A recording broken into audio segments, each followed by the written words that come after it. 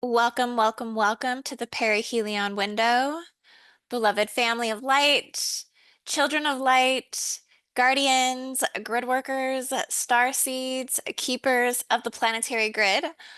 Welcome to this important energy update for the week of October 28th through November 3rd, 2025.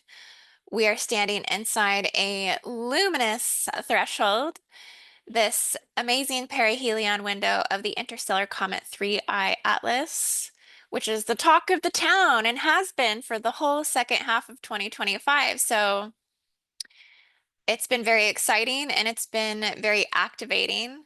And so much keeps continuing to come through as the perihelion window is when the comet is closest to our sun.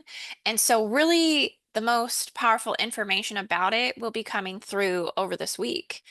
And everybody's information and what they're channeling and what they're receiving, those messages that they're getting will be the strongest and most profound through this week. And so I want to share with you guys today my insights about this, some of the things that I've been seeing psychically from tuning into 3i Atlas, because I've been seeing a lot of archetypal Draco energy that is connected to the comet, and I want to talk to you guys all about that. But essentially, you guys know that every few decades, our solar system receives a visitor from beyond its own gravitational force. Um, this is what I am calling the third emissary because we had Oumuamua that came first in 2017, and we had Borisov in 2019, and now we have Atlas in 2025. And so each arrival of these cosmic messengers basically brings a new cosmic punctuation mark into our consciousness. And it's really not random. It's not just a random body of ice and dust. These are actual physical emissaries that they do stir the magnetic memory of creation itself. They generate quantum within the fault lines. They stir up the tectonic plates. They activate the stargates to emit new codes. And in Atlas's case, things that I have spoken about before, they could be seeding new life forms and also seeding new thought forms into the collective as well. So essentially, uh, the 29th and the 30th, this is the closest point to the sun that Atlas is going to reach.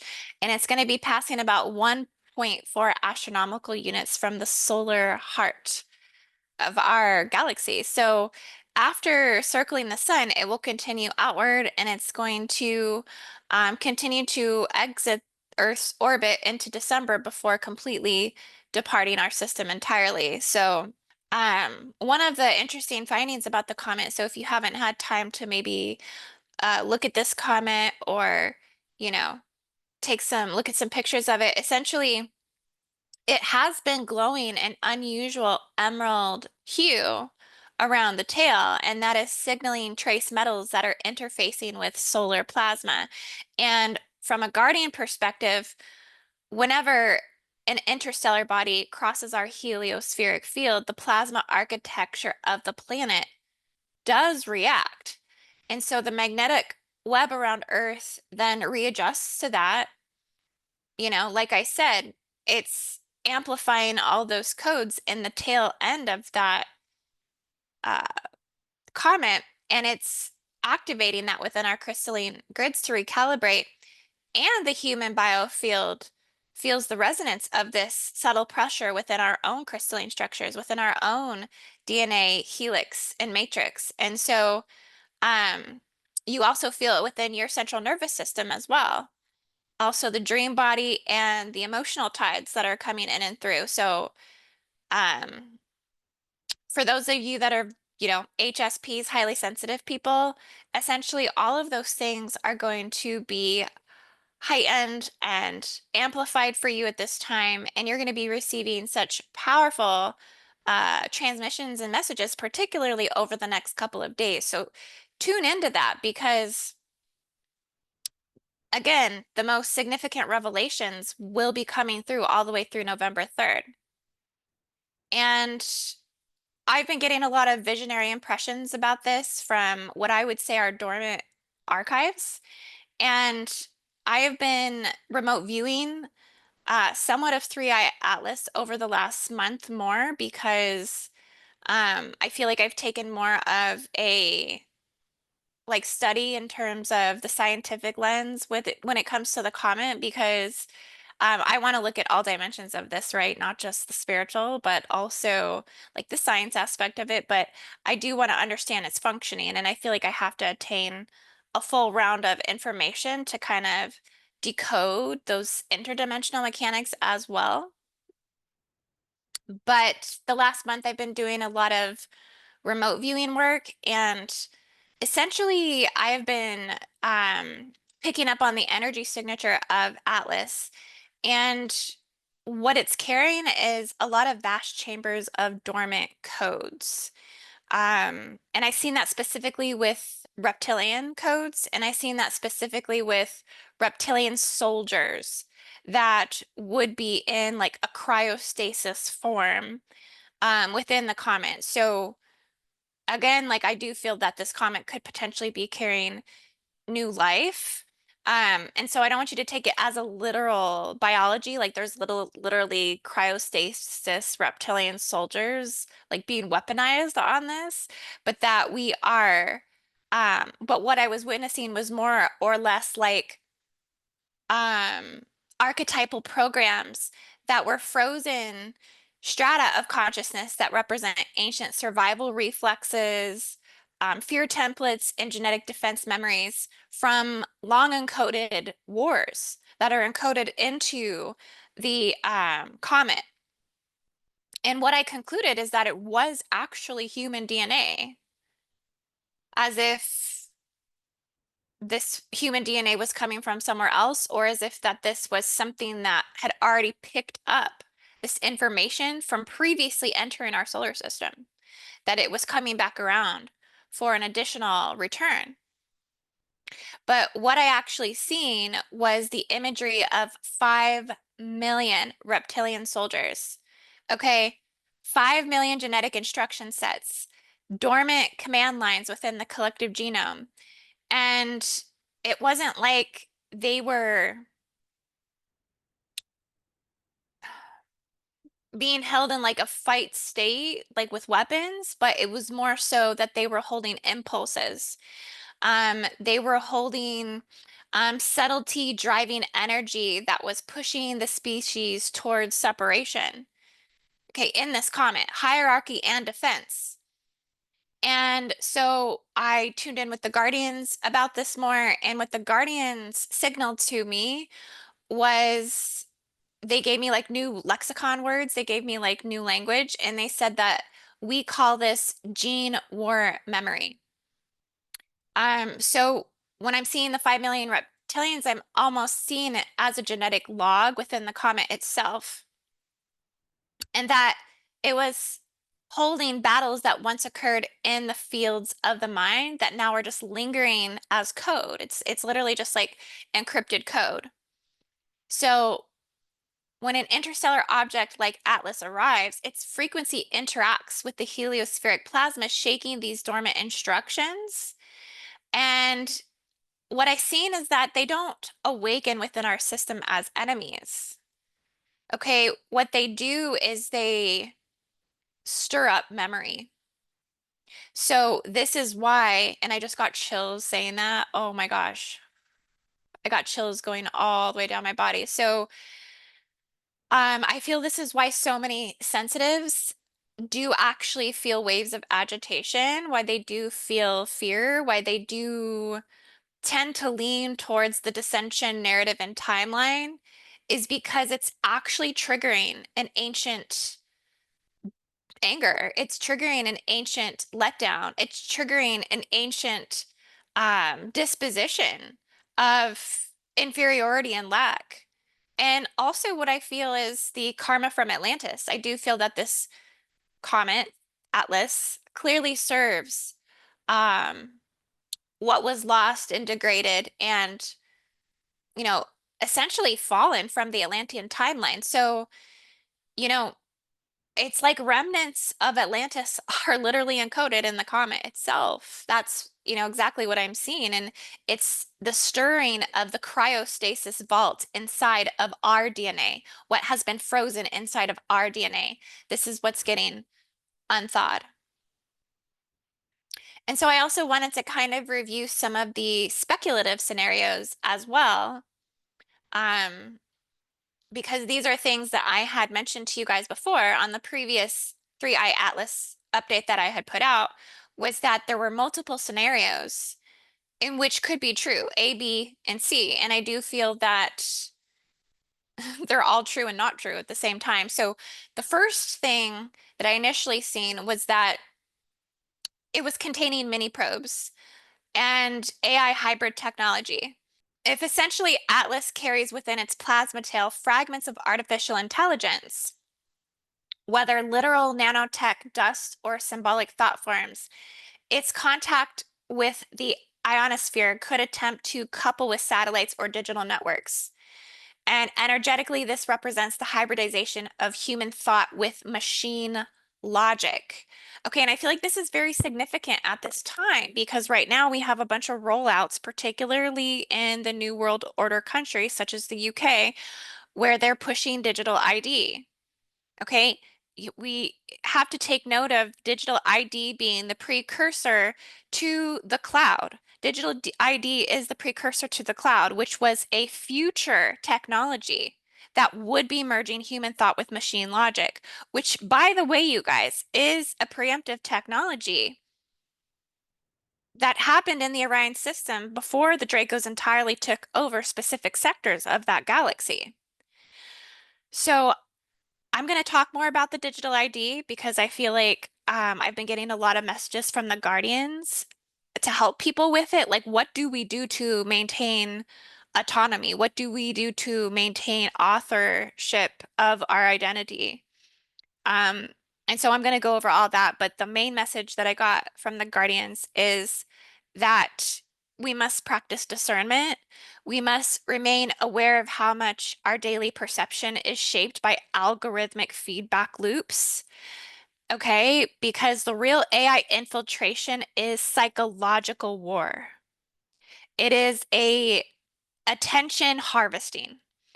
I seen something the other night talking about the context of how many months a typical person has on their lifespan, and they broke down, how much of that is going towards eating, sleeping, how much of that is going towards um, working, spending time in the bathroom, all these things, right? But all of the time that was left, which wasn't very, I mean, it was like a little over half, 93% of that half was going to being on a screen, being immersed in the um, basically the entertainment of the AI harvesting and emotional scripting through digital environments. And so this is the psychological war of our time, which is extraordinarily powerful. And during the Comet of 3i Atlas's passage, you may want to make it some form of like a promise to yourself that you may want to reduce exposure to high stimulus media and replace reactive scrolling with intentional observation. Um, Another concern that I have as well as a mother and as just a human, uh, angelic human that has organic tissues, is, again, the dangers of keeping these devices in your hands because um, damaging radiation can continue to trigger things like autoimmune responses in the body and frying your central nervous system and ultimately destroying your organs. I mean, for long exposures of these things in your hands. So yeah, this awareness is really getting stirred up for me around um, how this comet is connected to the mini probes and the AI hybrid technology.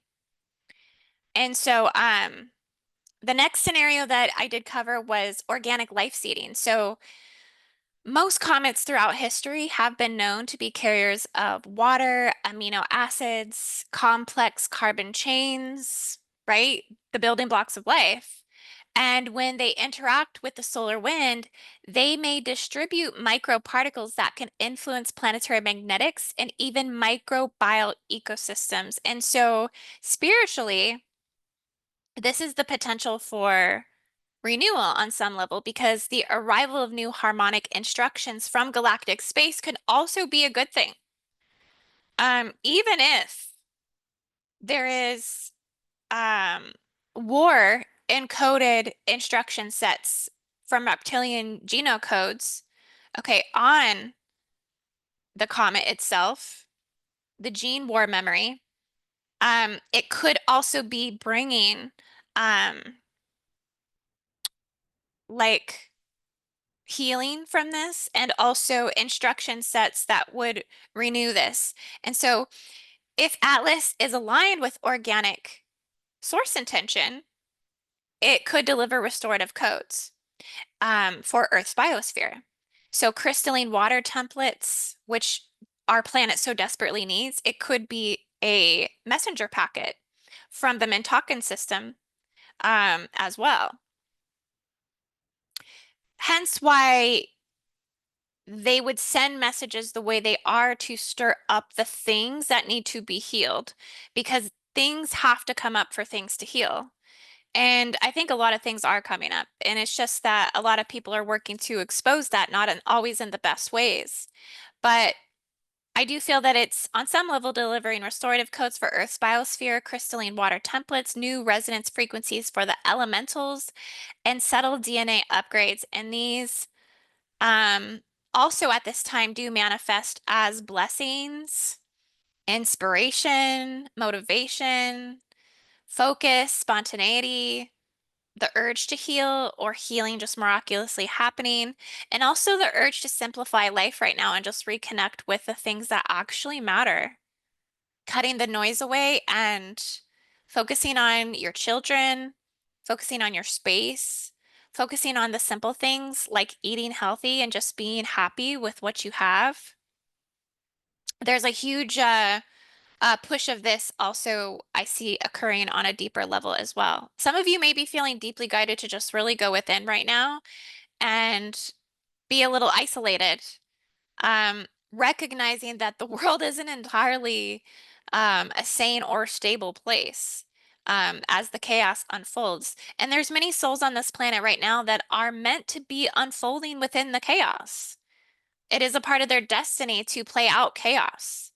And some of us may feel like it's not within our destiny to play out chaos, and that's why that isolation serves as a regenerative encasing within your field because everything is conscious choice and conscious thought. And as soon as you consciously choose, that reality then is allowed to appear. And then there's also the last scenario, which is pathogenic or distorted seeding. So historically, comets have been feared as omens of plague, right? And I think this is really what's ultimately happening in the community is it's like all of the like omens are getting, reactivated.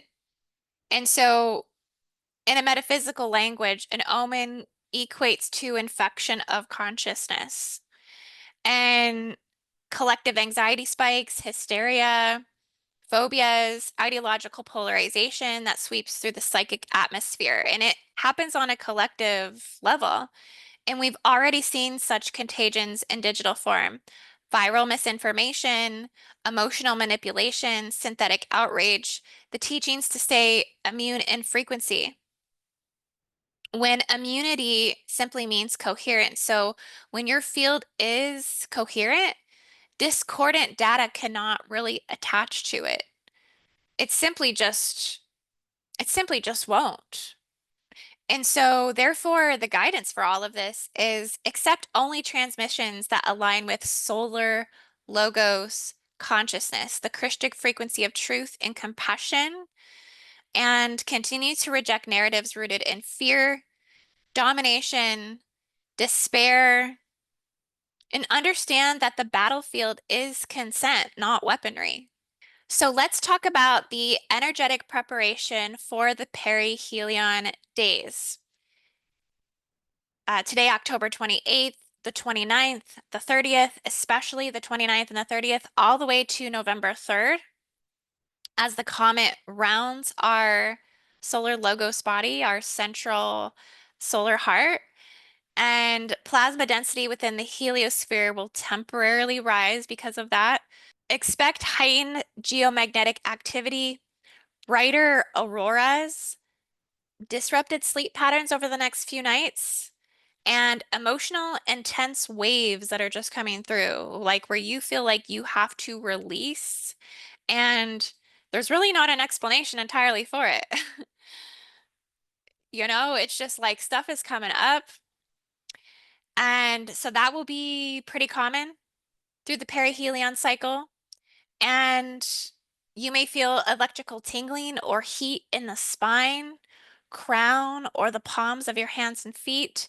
This is all normal indicators of grid adjustment. So I just want to give you guys somewhat of a 3-day bracket. Really, the 29th through the 31st will be that conscious alignment. So you may want to practice solar breath at noon, inhaling golden light from the sun, exhaling it through the heart into the earth's core. You may also want to set dream protections each evening, salt baths. I know this sounds a little crazy, but hang a dream catcher, hang an evil eye over your bed at night, to capture evil thoughts and evil um, collective energies that come through the dream space, or anyone that could potentially be trying to harm you in the dream space. You can set those things around your sleep space. And that does actually help clear the space and help capture things that are harmful. Um, Also, have a device-free hour before bed if you can. Like, don't fall asleep to your device. Don't leave your device on next to your head or your bed. Make sure that you turn that off and set it off to the side. And set a lot of clear intention before sleep and breathe into that. And if it's hard to take a deep breath because you're feeling excessive trauma and you can't get those deep breaths in, do a trauma meditation before sleep. Do a relaxation meditation before sleep. Do something to get you in the right mindset to kind of remove worries, fears, and anxieties. And then also do a triad check-in, which is connect with two others in meditation, anchoring local grid stability at dawn or at dusk. This one might be a little bit harder to do, but it does help to stay connected to people that you are can develop some sort of like connection, bond, companionship, and intention of the same similar thing. And remember that we are not here to stop cosmic motion. We are here to translate it into peace. That is the guardian message in all of this when it comes to the comet. We can't stop what is set in motion by the cosmic divine blueprint. We are here to translate. We are here to transmute. We are here to um, illuminate. Okay, so I want to just talk briefly about what the Guardian Alliance recommends doing. When it comes to the digital ID rollouts, no matter where you are, but I think more specifically, this is advice for those in the UK and potentially Switzerland at this time. But as this technology begins to get weaponized the free world, essentially, we're going to need to take a deeper look at these protocols, essentially. But this is what's being recommended that you and anyone you know should essentially do. Okay, so number one is you need to opt out wherever possible. So if a system allows alternate verification, physical ID, minimal digital profile, choose that. Okay, that's going to be the best option. An example of this could be use paper credentials when possible instead of storing everything in the digital wallet. So only do what's mandatory. per se. Don't give all of the extra. You also want to consecrate every digital use. So before using any digital ID logins, apps, wallet or service, hold a short ritual, okay? It sounds crazy, but it is significant. Visualize the guardian seal over the device and state, I claim sovereign authorship, authority over this. I do not consent to data brokerage, coercive interface, or unbound timeline weaving. And after you log in, log the service and your consent status, date, time, and what you accepted. You can also have short script sharing with your cell. So have a standard protocol script that you use for certain things when asked for digital ID services. Respond with, I will supply minimal legal required data. Okay, remove tracking cookies. Always remove those.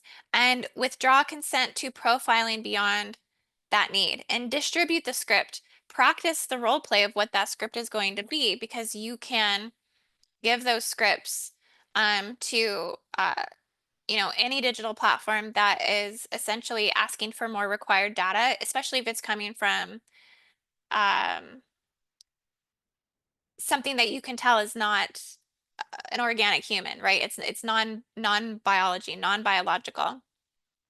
Give your protocol scripts. So also do data body audits. So review your digital identity footprint, which systems hold your credentials, know where they are at least, and which services have you linked to your digital wallet, what permissions exist. Beyond that, camera, location, biometrics. I would not recommend utilizing the airport's um, fast facial recognition ID thing just to get on your flight faster type of thing. That is a recipe for disaster. Avoid that one at all costs. Um, Mark any system where you did not explicitly consent or where there is no revocation route. Set a calendar reminder, quarterly audit of your digital credentials and linked services. Have timeline boundary protection. If you are involved in services that intersect with movement rights, right to work, immigration status, travel, rental checks, things like this, treat these as timeline nodes. And at each check-in point, add, I accept only the credential necessary for the immediate purpose. I decline any additional tracking or profiling. And you have to make sure that if this is anything being done or signed electronically, that you are specifically scrolling down to making sure that there's no boxes that you need to check to make sure that further profiling, further tracking, further testing isn't going to be done behind your back. You specifically have to watch out for this in hospitals. If you go get treated at a hospital, especially if you are going to go get a surgery, because right now they have all kinds of clauses in their contracts that you sign for this, and it's all digital, so nobody explains anything to you, okay? That they can just give you immunizations while you're under anesthesia if you haven't had them. So you really have to be paying attention to things. Awareness and community briefing. So circulate intel alerts to your networks. New digital ID service launched. What does that mean? What consent it asks for, and how do we respond? Hold community circles on the topics of data body sovereignty and timeline weaving. Empower your groups to ask questions, share choices, and build consent protocols for our responses. Okay, and some of my additional insights to include in this is that the convergence of digital ID and AI plus the interstellar field influx from 3I Atlas means the data body line is becoming a conduit for higher frequency field currents. If your digital identity is weak or unprotected, your risk of being tracked or subtle timeline loops influencing dream fields and grid imprints are under uh, higher attack status. Basically, you are a targeted individual. Okay, so make sure that you are keeping your data body line fluid, healthy, and in its highest divine alignment. And the European Union's creation of a unified wallet means that identity will soon cross national boundaries seamlessly. And for the Guardians, this means your identity signature travels more freely, so your consent field must be coherent, not fragmented. And the UK's mandatory right to work digital ID pivot means employment movement and economic participation are now tied to identity verification, and this amplifies the importance of sovereign consent. And during this perihelion window, incoming plasma flux may highlight or amplify identity holes, unused credentials, data links, and legacy permissions. And these become weak nodes for timeline weaving or AI exploitation. And your body temple must be audited like a grid node. So, how do you do that, right? How do you assemble a data body sovereignty checklist? Okay, so you want to go through and you want to design for you and for other people you know, and you can print something like this out that during this timeline merge of Three-Eye Atlas of the Perihelion Window all the way to 2026, where it's finally on its way, you can put together somewhat of a field manual that would create a checklist for all of these things. Some of the checklists would include um, basically taking inventory of all the systems where you have digital credentials. Is it government ID apps that you have credentials? Is it banking, wallet, or crypto exchanges? Is it healthcare portals, social platforms, cloud storage, AI assistant, biometric access facial fingerprints? Try to stay away from those as much as possible. Okay, wherever you have a check mark, you can edit, delete, and revoke permissions. But if you cannot edit or delete or revoke permissions on any of those apps or exchanges, those are considered open ports. So, and that means that's a loss of authorship, that's a loss of sovereignty, and you don't want that to be overwhelming, an overwhelming list that you have. Okay, so you want to clean those ports if you can, delete unused accounts, opt out of data sharing lists, revoke third-party access, change passwords to unique phrases that encode intention, like Peace 2025 solar logos or something. Like, I don't know what your password's going to be, but always do passwords and that have a good intention behind it, because every time you're logging into that system, if you have a negative attachment or even if you have your personal information as your passwords, they can be easily hacked for one, but also you're thinking of that intention every time you log into that. So it's like you're also giving away your intention, if that makes sense. So there are some phrases that you can say, like consent statements, that you can use, adapt to for like written or affirmation before any digital ID wallet or biometric interaction. You can use a core sovereignty decree that I am the author of my identity. My data is sacred. I consent only to organic use aligned with eternal law. All coercive and profiling, brokerage, and timeline weaving are void in return to source neutral. I share only the information strictly required for this transaction. No further storage or transfer is authorized. And by the Guardian seal, I close all energetic and digital channels opened in this session, and so it be. And it sounds crazy that we have to bring this into this, but it's crazy what they're doing to humanity when it comes to this. So measures rise with the lines that we have to meet, right? And in the end, you want to seal things. So I acknowledge my digital extensions. I seal each with clarity and lawful use. And so these are just some scripts that you can utilize to help with sovereignty and keeping your energy connections pure when it comes to interaction with the AI systems, because unfortunately, this is the reality that we're dealing with. It's not something, unless you're going to go live off in, a community that's entirely off grid and completely opt out of this way of life, that you're going to be met with this in one way or another. Okay. And so these are personal, sovereign, digital security protocols that you can implement and awarenesses that you can have as, you know, we move forward with how we're going to navigate these timelines. Okay. So I love you guys so much. And by the eternal law, our identity remains sovereign. No AI system, no network may claim my record outside my living consent. Guardian seal is set. So if you guys want to work with me personally one-on-one and get deeper advice when it comes to this, you can always book a spiritual consultation at IndigoAngel222.com. And all my services are in the description of this video. Thank you guys for tuning in today, and I will be back with another update.